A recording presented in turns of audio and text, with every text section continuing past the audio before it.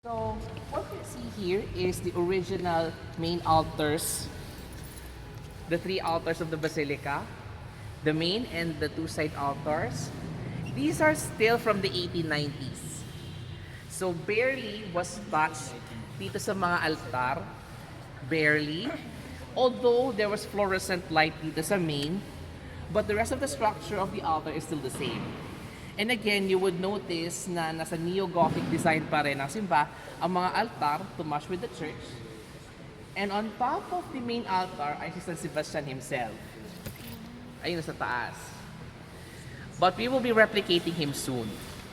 So that mas makita siya ng mga tao, at least malapitan. Now, bakit po nakapangalan kay San Sebastian ng simbahan?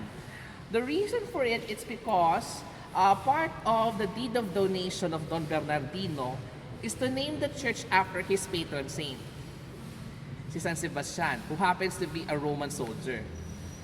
That he was martyred for the faith, and his method of torture, pinana siya ng poison arrows. Kaya siya ganyan. Pero supposedly may mga panang nakatusok.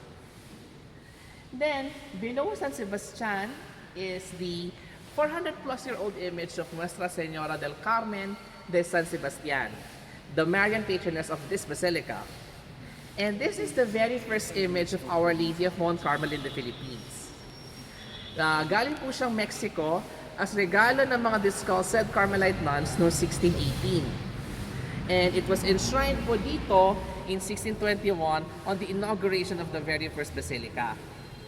Now, over the years, and consequently, this became a Marian shrine, which is originally, this is a convent church. But later, with the arrival of the Virgin, naging Marian shrine siya. And even though nasira ang simbahan over the years, the original stone church, they never changed location because people already knew that this is the church dedicated to Our Lady of Mount Carmel.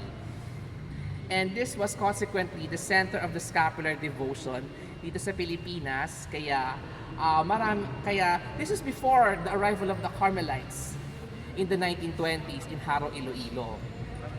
Now, this church was later declared as a minor basilica in 1890, a year before the church was completed, and it was declared later as and the Virgin was later granted the honor of a canonical coronation, which is granted by the Vatican in 1991. And next year, we'll be celebrating the 35th year of her coronation. Unfortunately, the head of the Virgin was stolen in 1973. And it is still missing to this day.